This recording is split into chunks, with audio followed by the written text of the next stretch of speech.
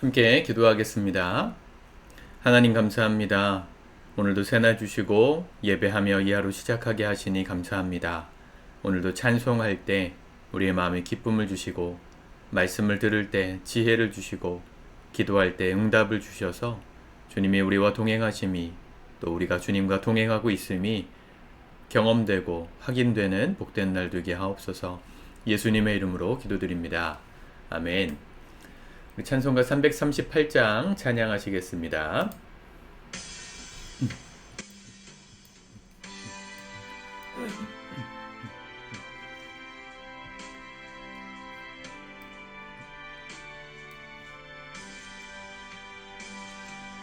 내 주를 가까이 하게 함은 십자가 짐 같은 고생이나 내 일생 소원은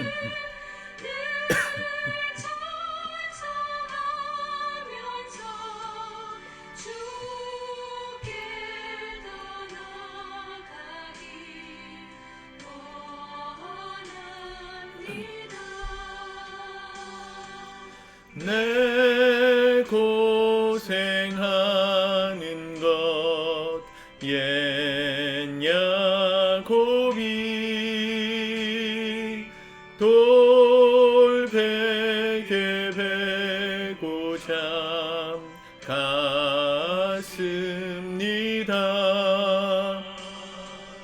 꿈에도 소원이 늘 찬송하면서 주께 더 나아가기 원합니다. 천천히 가는 길 험하여도 생명길 되나니 은혜로다. 천사 날 부르니 늘 찬송하면서 주께 더 나아가기 원합니다.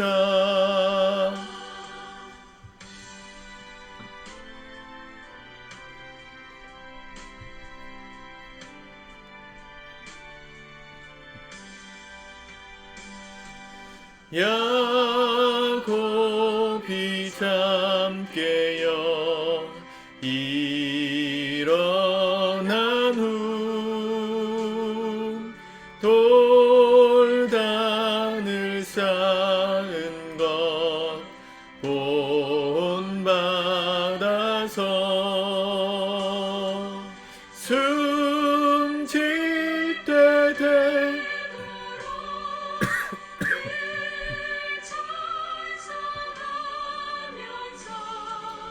주께 더 나아가기 원합니다.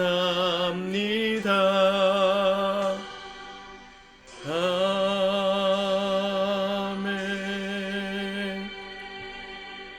아멘. 오늘 하나님 말씀은 욥기 2장의 말씀입니다. 같이 먼저 읽고 묵상하겠습니다. 2장. 사탄이 다시 욥을 시험하다. 또 하루는 하나님의 아들들이 와서 여호와 앞에 서고 사탄도 그들 가운데에 와서 여호와 앞에 서니 여호와께서 사탄에게 이르시되 내가 어디서 왔느냐? 사탄이 여호와께 대답하여 이르되 땅을 두루 돌아 여기저기 다녀왔나이다. 여호와께서 사탄에게 이르시되 내가 내 종 욥을 주의하여 보았느냐? 그와 같이 온전하고 정직하여 하나님을 경외하며 악에서 떠난 자가 세상에 없느니라. 내가 나를 충동하여 까닭없이 그를 치게 하였어도 그가 여전히 자기의 온전함을 굳게 지켰느니라. 사탄이 여호와께 대답하여 이르되 가죽으로 가죽을 바꾸오니 사람이 그의 모든 소유물로 자기의 생명을 바꾸올지라. 이제 주의 손을 펴서 그의 뼈와 살을 치소서. 그리하시면 틀림없이 주를 향하여 욕하지 않겠나이까. 여호와께서 사탄에게 이르시되 내가 그를 내 손에 맡기노라. 다만 그의 생명은 해하지 말지니라. 사탄이 이에 여호와 앞에서 물러가서 욥을 쳐서 그의 발바닥에서 정수리까지 종기가 나게 한지라. 욥이 제 가운데 앉아서 질그릇 조각을 가져다가 몸을 긁고 있더니 그의 아내가 그에게 이르되 당신이 그래도 자기의 온전함을 굳게 지키느냐. 하나님을 욕하고 죽으라. 그가 이르되 그대의 말이 한 어리석은 여자의 말 같도다. 우리가 하나님께 복을 받았은즉 화도 받지 아니하겠느냐고 이 모든 일에 욥이 입술로 범죄하지 아니하니라. 그때에 욥의 친구 세 사람이 이 모든 재앙이 그에게 내렸다 함을 듣고 각각 자기 지역에서부터 이르렀으니 곧 대만 사람 엘리바스와 수아 사람 빌닷과 나아마 사람 소발이라. 그들이 욥을 위문하고 위로하려 하여 서로 약속하고 오더니 눈을 들어 멀리 보매 그가 욥인 줄 알기 어렵게 되었으므로 그들이 일제히 소리질러 울며 각각 자기의 겉옷을 찢고 하늘을 향하여 티끌을 날려 자기 머리에 뿌리고 밤낮 7일 동안 그와 함께 땅에 앉았으나 욥의 고통이 심함을 보므로 그에게 한마디도 말하는 자가 없었더라. 아멘. 어제 욥이 하나님 주신 축복의 재산, 또 자녀, 이 모든 축복의 상징들이 사라지는 경험을 했습니다. 입술로 하나님께 범죄하지 않았죠. 사탄이 또 한 번 하나님께 충동질합니다. 5절 이제 주의 손을 펴서 그의 살과 뼈와 살을 치소서. 그리하시면 틀림없이 주를 향하여 욕하지 않겠나이까. 하나님께 사탄은 끊임없이 우리를 참소하는 자라는 것을 알 수 있습니다. 어떻게 해서든지 하나님을 욕하고 그분과의 관계가 끊어지기를 바라는 게 사탄의 바람입니다. 우리의 신앙생활도 항상 점검하셔야 될 게 뭐냐면 우리의 삶에 화가 있든 혹은 복이 있든 어떤 상황 속에서도 하나님과 나의 관계가 멀어지고 있는가 가까워지고 있는가를 보셔야 합니다.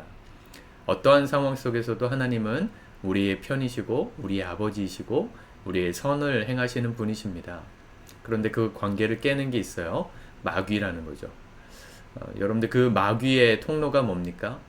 이 재난, 자연 환경적인 재난, 또 습격, 이 주변 사람들의 공격, 또 오늘 보니까 질병으로 하나님과의 관계를 깨려고 해요. 우리가 하나님을 믿는 데 있어서 이와 같은 어려움들을 당할 때가 있습니다. 내가 무고한데 하나님 앞에 범죄한 게 없음에도 잘못한 게 없음에도 억울하게 습격을 당하기도 하고 또 자연재해를 만나기도 하고 병에 걸리기도 하는 거죠. 그럴 때 주의하셔야 돼요. 하나님과의 관계를 멀어지게 만들고 하나님을 욕하게 만드는 존재가 누군가? 마귀라는 거죠. 여러분, 하나님께서 우리와 교제하심에 있어서 재밌는 한 가지 사실을 또 하나 발견하는 것은 마치 사탄에게 하나님이 내기를 거시는 것 같은 말을 먼저 하잖아요. 사탄이 어디를 다녀왔느냐 사탄에게 이렇게 물어보시고 온 땅을 두루 살펴보았다 이렇게 말하니까 3절에 보니까 내가 내 종 욥을 주의하여 보았느냐. 그와 같이 온전하고 정직하여 하나님을 경외하며 악에서 떠난 자가 세상에 없느니라. 내가 나를 충동하여 까닭없이 그를 치게 하였어도 그가 여전히 자기의 온전함을 굳게 지켰느니라. 마치 하나님이 사탄에게 도전장을 내미시는 것처럼 먼저 충동질 하시는 것처럼 느껴지는 말씀이죠. 근데 하나님은 모든 걸 다 아시고 욥이 어떻게 회복될지까지도 계획하셨습니다. 다만 그 욥의 믿음이 이전과는 다르게 하나님을 이전에는 들어서 아는 정도의 신앙이었다면 이제는 그분을 눈으로 보고 아는 경험한 하나님, 체험한 하나님, 그래서 믿음이 급성장하기를 원하신 하나님의 계획 속에서 이 시험을 허락하셨다는 것을 알 수가 있죠. 우리가 몇 주 전에 그 영성에 대한 말씀을 나눌 때 4가지의 영성의 길이 있다 그랬죠. 말씀을 붙들고 기도하고 기도와 말씀에 전념하는 복음주의 영성, 그리고 방언이나 예언이나 병고침 같은 신앙의 체험을 강조하는 신비주의 영성, 또 하나님과의 깊은 교제를 위해서 세속을 잠깐 떠나서 깊은 말씀으로 들어가서 분리되어서 하나님을 추구하는 분리주의 영성, 그리고 세상을 변화시키기 위해서 세상으로 십자가 지고 나아가는 참여주의 영성, 이런 걸 사회 참여적 영성 이런 걸 배웠습니다. 하나님께서 우리에게 원하시는 것은 지금 이 수준으로 머물기 원하시는 것이 아니라 자꾸 자라가길 원하세요. 믿음이, 여러분들의 믿음도 저의 믿음도 그리스도의 장성한 분량까지 이를 때까지 자라가길 원하세요. 우리는 이 정도면 됐다, 이 정도면 충분하지 라고 생각하실지 몰라도 하나님의 계획은 더 높은 곳에, 더 깊은 곳에 있다는 것을 늘 기억하십시오. 그 우리의 믿음을 연단하시는 통로가 마귀의 시험일 수도 있다. 그걸 항상 생각하시면서 어떠한 상황 속에서도 하나님과의 관계를 내가 무너뜨리지 않으리라, 그분과의 관계가 멀어지게 하지 않으리라, 그 마귀의 속임수에 속지 않으리라 결단하시면서 하루하루 살아가셨으면 좋겠습니다. 온몸에 7절에 보니까 사단이 이에 여호와 앞에 물러가서 욥을 쳐서 그의 발바닥에서 정수리까지 종기가 나게 하신지라. 욥이 제 가운데 앉아서 질그릇 조각을 가져다가 몸을 긁고 있더니. 온몸에 종기가 났다. 글쎄요, 지금 어떤 병이라고 명명할 수는 없지만 가장 가까운 곳은 아마 피부암이 아니었을까 생각합니다. 몸이 가려웠던 걸 보니까 아토피도 있었던 것 같아요. 그런데 발바닥에서부터 정수리까지 온몸에 종기가 나니까 손가락으로 이 몸을 긁을 수도 없을 정도의 상태가 된 거죠. 이 피부암에 걸린 분들의 사진을 보니까 얼굴에 형태가 없더라고요. 너무 간지러워서 긁으면 거기가 성나서 진물이 나고 고름이 나서 이렇게 두꺼워지고, 그래서 얼굴을 알아볼 수 없는 상태가 되더라고요. 실제로 그 욥을 위로하기 위해서 왔던 3명의 친구도 욥을 알아보기 어렵게 되었다. 12절에 보니까 그가 욥인 줄 알기 어렵게 되었으므로 그랬어요. 이지 선자매, 그 화상으로 전신 화상을 입고 죽을 뻔한 위기에서 살아났던 이지 선자매가 처음 그 자동차 사고를 나고 화상 수술을 받고 처음으로 붕대를 풀고 거울을 보았던 날, 그 전까지는 그래도 통증이 조금씩 잦아들면서 살고자 하는 마음이 좀 생겼는데 얼굴을 보자마자 다시 죽고 싶다 이런 마음이 생겼다 하더라고요. 그런 얘기를 하잖아요. 여러분, 아무리 마음이 강한 사람도, 굳건한 사람도 몸이 망가지면, 내가 나를 알아볼 수 없을 만큼 몰골이 망가지면 믿음이 흔들릴 수도 있습니다. 암투병 하시는 우리 집사님들도 계시고 또 치료 중에 계신 분들도 계시는데, 암투병 하다 보면 항암 치료를 하니까 이 머리카락이 빠지잖아요. 머리가 다 빠지고 또 민머리가 된 그 머리, 또 얼굴도 피부도 다 터서 망가진 그 육체를 볼 때 너무 큰 슬픔이 있으신 것 같더라고요. 저도 우리 교회에서도 경험했지만 이전 교회에서 암으로 돌아가신 집사님 옆에서 이렇게 지켜보니까 가장 힘든 것은 자기의 약해지는 모습을 보는 거라 그러더라고요. 욥도 아마 그랬을 거예요. 하다못해 지금 욥의 아내가 옆에서 하나님께 그럼에도 불구하고 당신이 온전하려고 하느냐, 욕하고 하나님을 욕하고 죽어버려라, 그렇게 9절에 말하지 않습니까? 그 정도로 지켜보는 아내가 답답하고 안쓰러웠을 정도로 욥의 상태가 심각했어요. 그런데 이 모든 것이 결국 뭐예요? 하나님을 더 깊이 알아가기 위한 과정이었다는 거 꼭 기억하셔야 합니다. 우리 삶에 닥치는 고난의 형태가 3가지입니다. 하나님께서 우리의 믿음을 키워가시기 위한 테스트, 시험이 있어요. 아브라함이 이삭을 잡아 바쳐라 하셨던 그 믿음의 테스트처럼 하나님을 정말 잘 믿고 있는지를 확인하시기 위한 시험 문제, 그걸로 주시는 고난. 2번째는 내가 잘못한 죄악으로 인한 심판이 있어요. 퍼니쉬먼트라 그러죠. 형벌을 받는 거예요. 내가 죄를 지어서 하나님께 맞는, 혼나는 그런 고난이 있어요. 마지막 3번째는 뭡니까? 아무 이유가 없는데 아무 이유 없이 당하는 고난도 있어요. 근데 그 결과는 누가 붙들고 계세요? 하나님이 붙들고 계세요. 여러분들의 삶에 지금 닥친 고난이 있습니까? 그 결과가 어떤 것인지는 여러분들이 더 잘 아실 거예요. 우리가 하나님 앞에 범죄한 사실이 있었다면 회개하는 시간을 좀 가지셔야 되고요. 또 내가 하나님을 더 깊이 알아가야 되는 시간으로 내 믿음을 테스트하는 시간이라 생각이 드신다면 이 시험 문제를 잘 풀어 가셔야 되는 과제가 있는 것이고요. 또 이것도 저것도 아닌 것 같다. 왜 이유를 잘 모르겠다 싶으면 감사하셔야 됩니다. 왜냐하면 그 고난의 끝에는 하나님의 축복의 열쇠가 있을 것이기 때문에 모든 것이 하나님의 섭리 아래서 주어진 상황임을 믿고 견디고 이기며 나가는 거예요. 우리의 의지만으로 될 수는 없습니다. 그래서 우리가 날마다 예배하는 거죠. 또 할 수 있다면 믿음의 지체들이 옆에서 함께 위로해주고 울어주는 겁니다. 욥의 세 친구가 찾아와서 했던 첫 번째 일은 아무 말 없이 울어주는 거였어요. 12절 그들이 일제히 소리질러 울며 각각 자기의 겉옷을 찢고 하늘을 향하여 티끌을 날려 자기 머리에 뿌리고 밤낮 7일 동안 그와 함께 땅에 앉았으나 욥의 고통이 심함을 보므로 그에게 한마디도 말하는 자가 없었더라. 7일 정도는 욥에게 온전한 위로를 주었습니다. 물론 이후에 욥의 문제에 대해서 토론하는 시간을 갖게 되긴 하지만 여러분 힘들고 어려운 시간 혼자 견디지 마시고 함께 성도된 우리 교제하는 우리 목장 식구들, 교회 식구들과 더불어서 어려움의 시간을 함께 지나가셔야 합니다.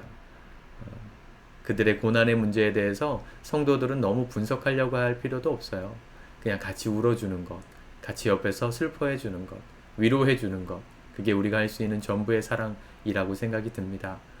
내가 고난당하고 계신다고 생각하시는 분들은 하나님 앞에서 그 고난의 이유를 잘 찾아보시기 바라고, 또 주변에 그런 고난당하는 분들이 있다면 아무 말 없이 함께 울어주며 격려해주고 오늘 하루를 잘 버틸 수 있도록 옆에서 힘이 돼주는 삶을 우리가 살았으면 좋겠습니다. 기도하겠습니다. 주님 감사합니다. 하나님의 말씀을 우리가 진리로 봤습니다. 욥의 상황이 마치 우리의 상황처럼 느껴지는 날이 있습니다. 하나님, 그 모든 상황 속에서 우리가 잊지 말아야 될 것, 주님과의 관계를 멀어지게 만들려는 마귀의 괴계가 있음을 우리가 눈을 열고 깨닫고 분별할 수 있도록 도와주옵소서.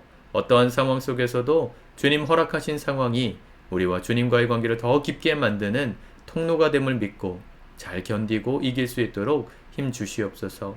홀로 싸우는 싸움이 아니라 함께 싸우라고 붙여주신 믿음의 동지들, 믿음의 성도들과 함께 위로하고 격려하며 이 어려움의 시간들을 잘 승리함으로 극복할 수 있도록 은혜를 베풀어 주시옵소서. 예수님의 이름으로 기도드립니다. 아멘.